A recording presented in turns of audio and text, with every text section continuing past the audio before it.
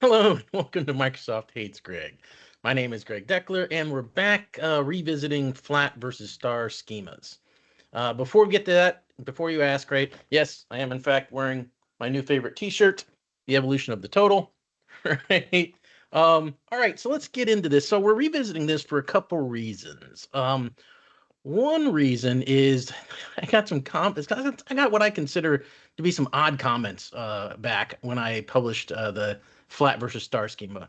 The one that struck me as the funniest was this guy is like, "Well, you should mind your own business, Greg, and not criticize other people."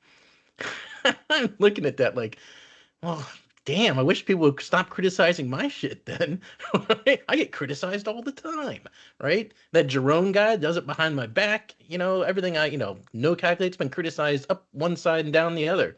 So, I mean, look, man, if you're going to put stuff out as content, and especially if you're going to hold yourself up as an authority and publish something like this, like a benchmark, more or less, was what this is, then you better, criticism comes with the territory, people. It's, just because, I've met Marco and Alberto and I think they're good guys and I like them, doesn't make them immune to criticism or me criticizing them or what they've done, especially when it's obviously not correct or obviously flawed in some way. So, I mean, you just have to expect criticism. It comes with the territory. And especially if you're Marco and you're going to write an article like this, author's responsibility, where he's basically preaching to content creators, other content creators, right? And he specifically calls out benchmarks, and he says, "Hey, if you're going to do a benchmark, then you better enable the audience to reproduce your benchmark." That's great preaching, Marco. Why the hell don't you follow it? Right? So great. That's great preaching, Marco. But you're a hypocrite, right? And so, am I criticizing SQL BI? Am I criticizing Marco specifically? Am I criticizing this article? Yes, I'm criticizing all of it, especially if you're going to preach, right? Like you're going to hold yourself up to this standard, like, "Oh, I'm the authority," and blah blah blah, and all of you other content creators, you must, well, get better at what you do. Well, follow your own freaking advice, Marco. That's what I'll say. All right, that's there. So there it is, right? I know it's not that I have any beef with them or anything like that. It's just that I hate preachy crap, right? Especially when it's hypocrite, right? I also hate, if there's one thing that you're going to know about me, it's anytime anybody's going to use the word always or never, like I'm going to look for a way to disprove it. Okay. That's just my nature. I'm a broken human. It's just the case. Like, you'd be like, if somebody would say, like, you should never punch a baby, I'd be like, yeah, but what if it came down to like you either punch that baby or the world gets destroyed, right? So this is, I told you, I'm a broken human being. Um, so so there's that, right? You gotta there criticism just comes with a territory, and even Marco agrees that you should be able to independently reproduce what the crap you're saying, even though he does not follow. SQL BI is the worst offender of this, right? Which is this, like when I saw Marco and he wrote this, I almost had a stroke and blood vessels just almost like exploded from my brain, right? Because they're the worst offenders of this. All right.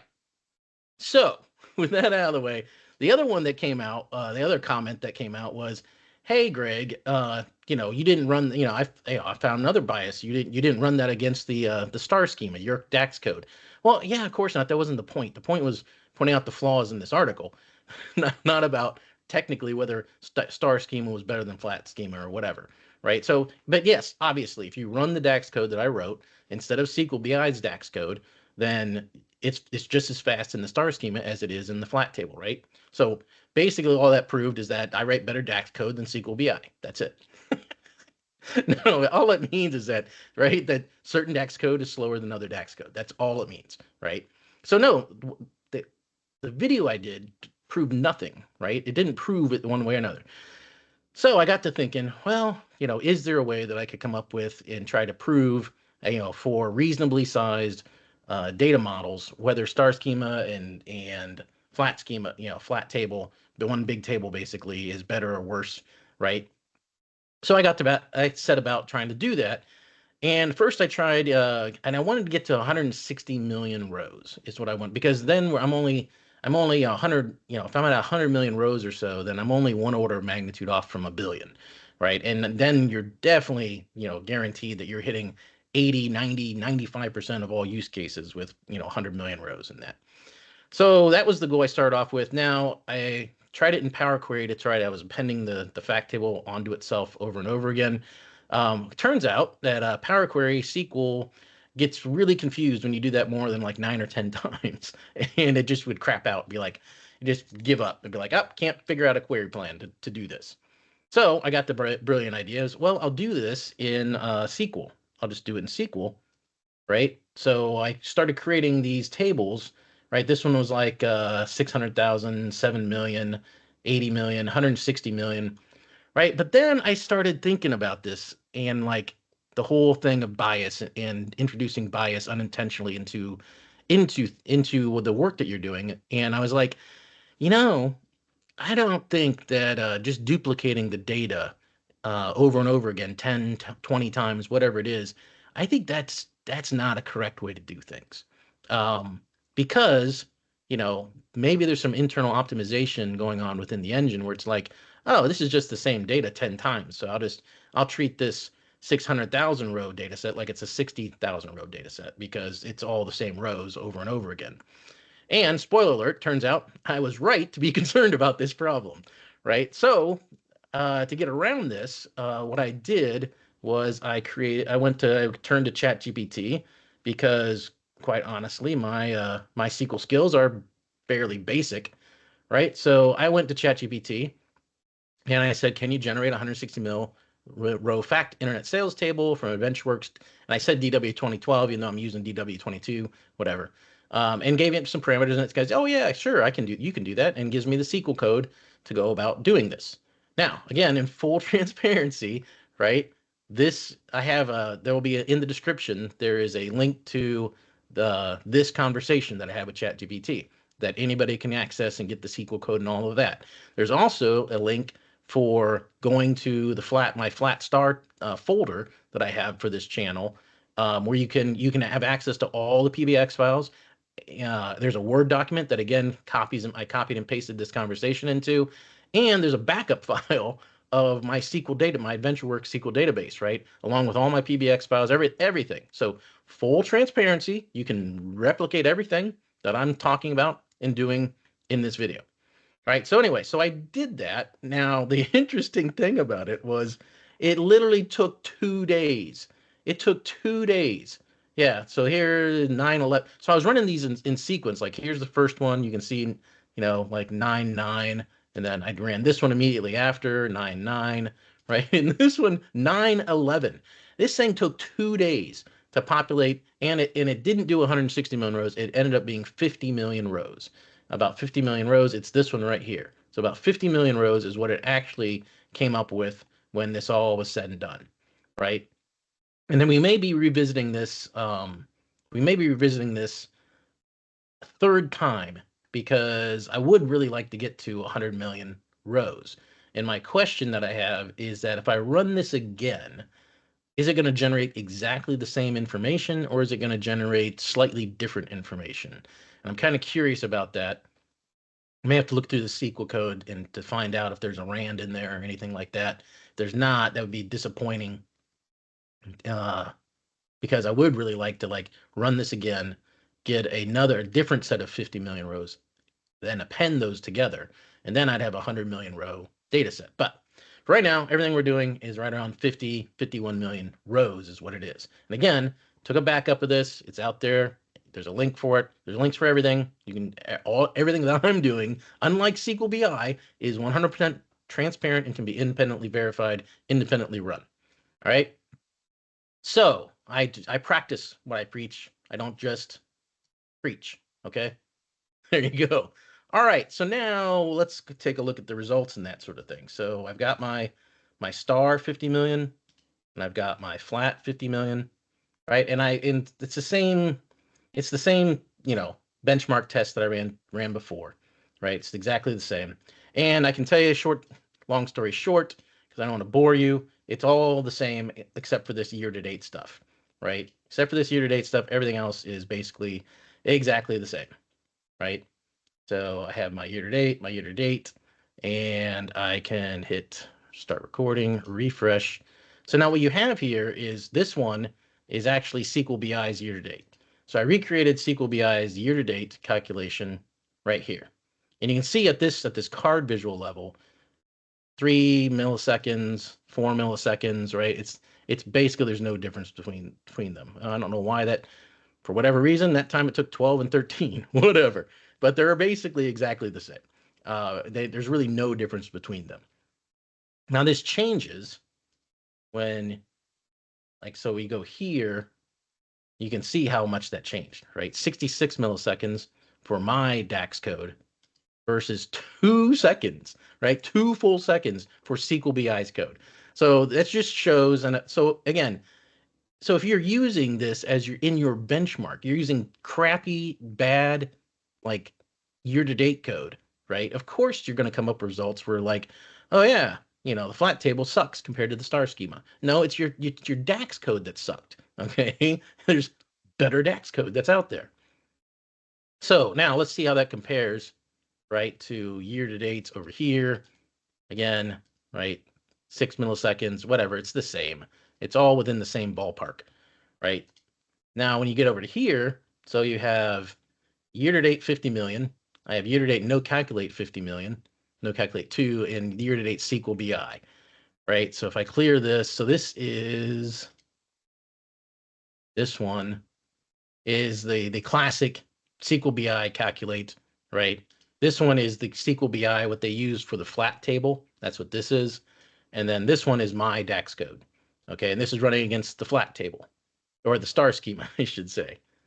Then you run this, and there, this one right here is SQL BI's flat table year-to-date calculate. You can see it's 2 seconds. It's all the same results, 71 milliseconds versus 94, right? So this one is this table, which is seek the classic, right, calculate approach, and this is my no calculate approach right here.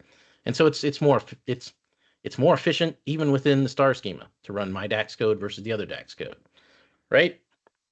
So now let's get rid of this. Get rid of this.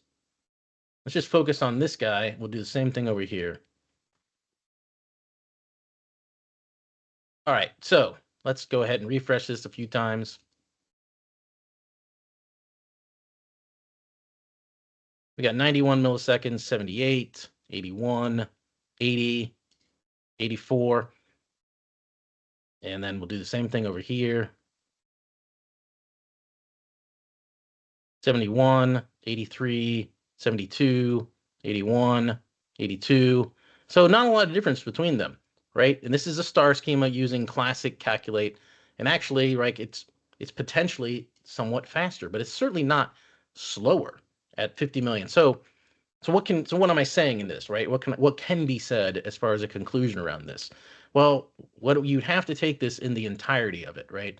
A flat table using, DAX code to do year-to-date calculations and other kinds of things, right, is not slower than a star schema using the classic DAX patterns, right? The best practice DAX patterns of use calculate, use time intelligence, right? At a 50 million rows, there's no difference, or potentially the flat table with the no calculate DAX is faster than using a star schema with calculate and time intelligence functions. It's certainly not any slower. Okay. So that is the conclusion that I would say comes out of this. Now, somebody had mentioned, right? Somebody had mentioned about distinct count. So distinct count. So this one, I think I was actually I came up with like this using distinct count or using count rows distinct, right? You do this, you're getting 2 milliseconds with your DAX queries, right? And this is against a 1 millisecond, right? This is against a 51 million row fact table in which I'm counting the number of categories, right? Now this is a star schema. This the product table in this version is 606 rows, right? So you would think, right, Distinct count would be a lot faster against a 600 row table versus a 51 million row table. But the answer is it's no faster, right? It's 1 millisecond, 2 milliseconds. I'm getting the same amount with using distinct counts. So now this benchmark, right, is fully repeatable, right? It has more, actually, I do more tests in here than what SQL BI does in their article. It's fully transparent. Anyone can replicate this. In fact, I encourage you to go replicate this. Go try to prove me wrong, right? Take what I've done and improve upon it and create more tests. And let's really come to an authoritative answer on star schema or flat table. And when does it matter? When does it matter?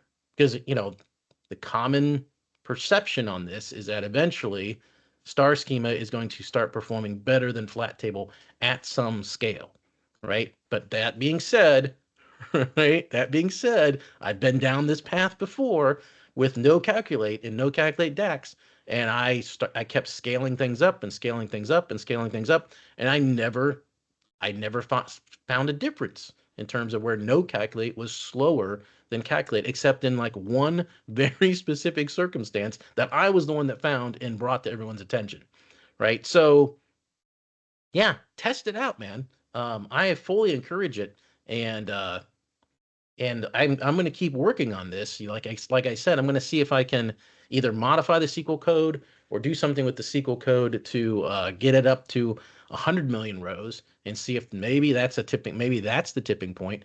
But I would say personally that I would say that this probably covers 50 million row fact tables, probably covers 80 80%, at least 80% of the data models that are out there.